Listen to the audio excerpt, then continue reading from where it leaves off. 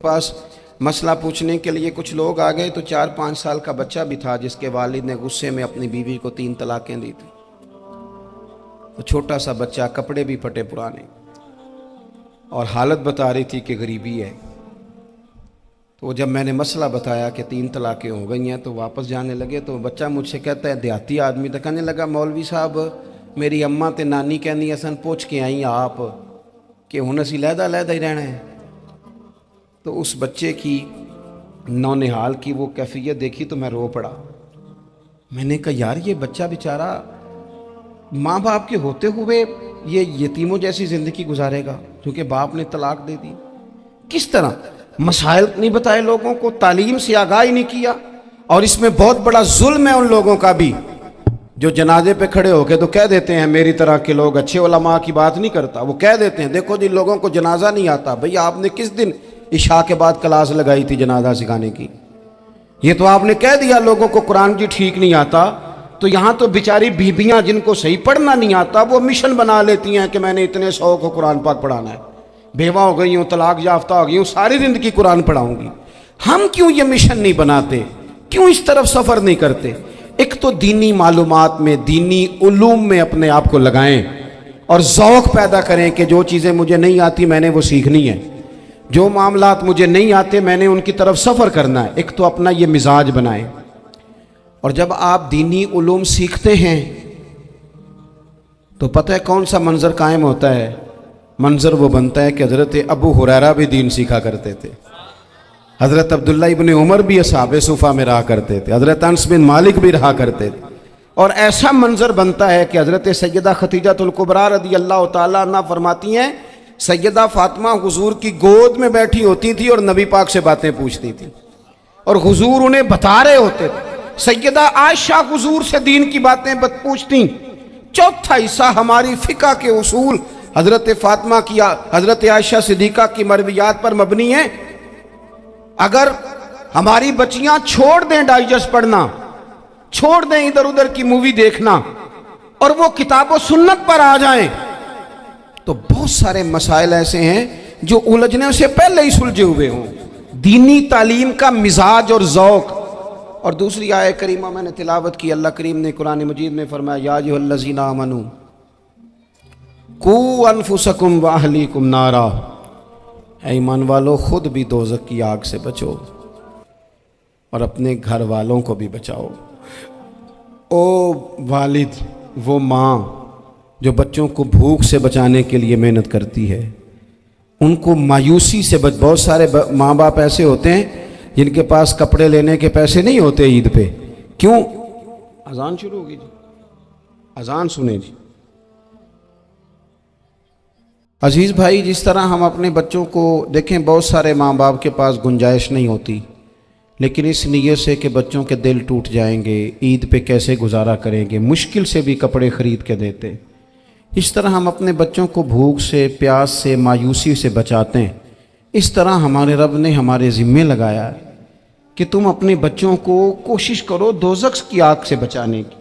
हज़रत उमर फ़ारूक रज़ी अल्लाह तआला अन्हु ने अर्ज़ किया था, या रसूल अल्लाह सल्लल्लाहु तआला अलैहि वसल्लम, इस आया करीमा का माना क्या है?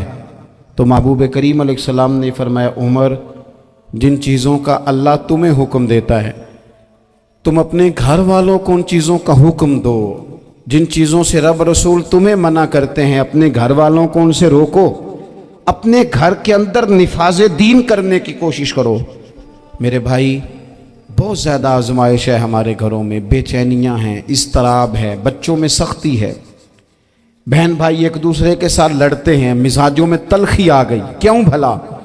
इसलिए कि माँ बाप को जो बेहतरीन किरदार और जो हसीन तरीका घर में अपनाना चाहिए था, बच्चे तकरीर बाहर से सुनते हैं लेकिन वो फॉलो अपने माँ बाप को करते हैं। अगर माँ बाप में हौसला हो, सब्र हो, इत्मीनान हो, खुददारी हो, थोड़े पर गुजारा करने का मिजाज हो। देखे ना, आज डिप्रेशन है, टेंशन है, पैनिक्स अटैक्स हैं, बड़ी सारी चीज़ें आ गई हैं। क्यों भला? सब्र नहीं, तहम्मुल नहीं, बुर्दबारी नहीं। आजमाए। एक दिन एक बच्चा मेरे पास आ गया मदरसे का और आके वो रोने लगा। میرے گھر والے کہنے لگے کھانا چھوڑ دیں پہلے اس کی بات سن لے. میں نے کہا پتر کیا ہوا, کسی نے مارا ہے کسی استاد نے؟ کہنے لگے نہیں حضرت, گھر فون کیا تھا تو میری اماں اور ابا کی لڑائی ہو رہی ہے. بچہ کانپ رہا ہے, ٹانگیں کانپ رہی ہیں. میں نے کہا کیا ہو کیا گیا تمہیں پتر, لڑائی ہو رہی ہے تو گھروں میں ہو ہی جاتی ہے. کہنے لگے نہیں آپ کو پتہ نہیں وہ بڑا سخت لڑتے ہیں. میرے والد جب میری والدہ کو مارنے کے لیے آگے بڑھتے ہیں تو ہم سارے چارپائیوں کے نیچے چھپ جاتے ہیں, ہمیں خوف آتا ہے, وہ منظر خطرناک ہوتا ہے. یہ کون تکلیف دے رہا ہے اپنے بچوں کو؟ یہاں بیٹھے ہمارے ہاں میلوں دور رہتے تھے اس کے گھر والے, تو وہ تکلیف میں تھا, تو گھر میں کیا کیفیت ہوگی؟ اگر حوصلہ ہو, صبر ہو, قناعت ہو, اللہ کے دیے ہوئے تھوڑے رزق پر ہمیں راضی رہنا آتا ہو, ہمارے گھروں میں سکون آئے, اطمینان آئے, ہم جو زندگی بڑی خوشی خوشی گزار سکتے ہیں. ہمارے مزاجوں کا لالچ, ہماری طبیعتوں کی بے راہ روی, ہماری جھوٹی انا کا بت, ان ساری چیزوں کو ختم کر دیتا ہے. اپنی زندگی کے اندر اگر ہم وہ کردار اپنے بچوں کو دیں جس کردار میں موبائل بھی ہو, جس میں گاڑی بھی ہو, جس میں پیسے بھی لا کے ابا دراز میں رکھتا ہو, لیکن والد کا گھر میں مصلی بھی موجود ہو, اس کی کوئی تسبیح بھی ہو, وہ یہ بھی کہتا ہو کہ خدا نے اپنے فضل سے آج 5,000 دیا ہے تو اس میں 1,000 غریبوں کا بھی ہے, اس میں تھوڑا سا میں نے اللہ کی رضا کے لیے بھی رکھا ہے. اگر کوئی مشکل آ جائے تو وہ باپ اور ماں کو صبر کرتا ہوا دیکھتے ہوں.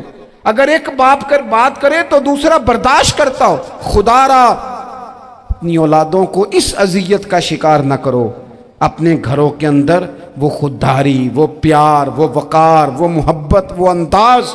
آپ تھکے ہوئے ہیں کوئی شک نہیں, آپ بہت سارے مسائل کا باہر شکار ہوں گے کوئی شک نہیں, لیکن آپ باہر سے تھک کے آئے ہیں, اور اگر آپ باہر اپنی فیکٹری کے مالک ہیں اور دفتر کے بڑے ہیں تو گھر میں بھی تو آپ بڑے ہیں نا. آپ کی ماں بھی تو انتظار کر رہی ہے, اس نے بھی تو دکھڑا سنانا ہے نا آپ کو. آپ یہ دیکھیے کہ آپ کے بچے بھی تو انتظار کر رہے ہیں, وہ چاہتے ہیں کہ ابا آ کے بیٹھیں تو ہم ان کے سینے پہ چڑھ کے تھوڑا کھیلیں. آپ کی اہلیہ منتظر ہیں. کچھ باتیں بیوی کسی اور سے نہیں کہہ سکتی, صرف اپنے شوہر سے کہتی ہے, لیکن وہ تو آتے ہی جلال میں آ گئے صاحب. وہ کہنے لگے تو بڑی نالائق ہے, میں تھکا ماندہ آیا ہوں اور تو نے مجھے کہانی سنا دی ہے. وہ اس خاتون سے شدت کے ساتھ پیش آنے لگے. میرے رسول پاک کی حیات نور کو دیکھو, حضرت ام ایمن حضور کی رضائی والدہ ہیں, ان کی بھی خدمت ہو رہی ہے. حضرت حلیمہ سعدیہ آ رہی ہیں تو خدمت ہو رہی ہے. حضرت عباس حضور کے چچا ہیں تو کریم فرماتے ہیں میرے چچا ہیں باپ کی جگہ پہ. حضور دوست احباب صحابہ غلاموں سب کے ساتھ پیار کر رہے ہیں. 9 ازواج مطہرات ہیں گھر کے اندر, اور کیفیت یہ ہے کہ حضور صرف ان کی ضرورتوں کا ہی خیال نہیں کرتے, خواہشات کا ہی خیال نہیں کرتے, بلکہ میرے کریم کا طریقہ یہ ہے کہ کوئی بندہ آج بول کیا رہا ہے, وہ کہاں کھڑا ہے آج, اس کے جملے کس طرح کے ہیں, اس کا لہجہ کس طرح کا ہو گیا ہے, اور اسے ٹھیک کیسے کرنا ہے. محبوب اس کا خیال فرماتے, توجہ کرتے. میں کہتا ہوں کہ ہم سب کو شوق آیا ہے آرام کرنے کا. میں صبح 11 بجے سے پہلے اپنے گھر سے نکل آیا تھا, اور یہ وقت آ گیا ہے, اور رات کو خدا جانے کس وقت گھر پہنچنا ہے. کئی دفعہ کیفیت یہ ہوتی ہے کہ گاڑی سے اترتے ہیں تو پھر دل کرتا ہے کہ کوئی اٹھا کے چلائے نہ کبھی. اس کے باوجود بہت سارے لوگ ناراض رہتے ہیں کہ ہم سے مل کے نہیں گئے, فوٹو نہیں کھنچوا کے گئے, فلانی جگہ چائے نہیں پی کے گئے. یہ تسلسل ہے. لیکن میں جتنا مرضی تھکا ماندہ گھر جاؤں گا نا, کبھی ایسا نہیں ہوا کہ میں گھر جاؤں تو بڑی ٹینشن میں جاؤں. میری گھر والی ایک دن مجھ سے کہنے لگی آپ نے کبھی نہیں کہا کہ میں تھکا ہوا آیا. بندہ تھک بھی تو جاتا ہی ہے نا, کبھی کہاں کرے نا. میں نے اسے کہا پتہ کیوں نہیں کہتا, اس لیے نہیں کہتا کہ میں نہیں چاہتا کہ میرے بچے یہ کہیں کہ ہم نے دین نہیں پڑھنا, ہمارا باپ تو بڑی مشکل میں ہے. ہم اپنے کام کے بارے میں اپنے گھر میں شکوے کرتے ہیں. آپ کسی بچے سے پوچھ لیں کون سا کام کرنا ہے, کہنا جڑا ابا جی کر دے رہے ہیں وہ نہیں کرنا. کیوں کہ ابا جی ہر روز تو کہتے ہیں میں بڑا الجھ گیا ہوں, یہ کام بڑا مشکل ہے. میں چاہتا ہوں کہ میں اپنے بچوں کو یہ بتاؤں کہ پتر میں تو جدھر جاتا ہوں پھول ہی پھول ہیں. मैं तो जिधर से गुजरता हूँ मोहब्बत ही मोहब्बत है, मैं तो जिधर से देखता हूँ दुआएं ही मिलती हैं, ताकि उनका शौक पैदा हो। मेरे अजीज, आप थोड़ा सा दिल बड़ा करें। अगर आप एक की वजह से पूरा घर सुकून में आ जाता है तो आप दिल बड़ा क्यों नहीं करते? जगह ढूंढते हैं बस मुझे कोई तंग ना करे, कोई मेरी बाप माँ बदौलत को कोई परेशान ना करे। बुखारी शरीफ सुनिए, हज़रत आयशा सिद्दीक़ा रज़ी अल्लाह ताला अन्हा बैठी हैं।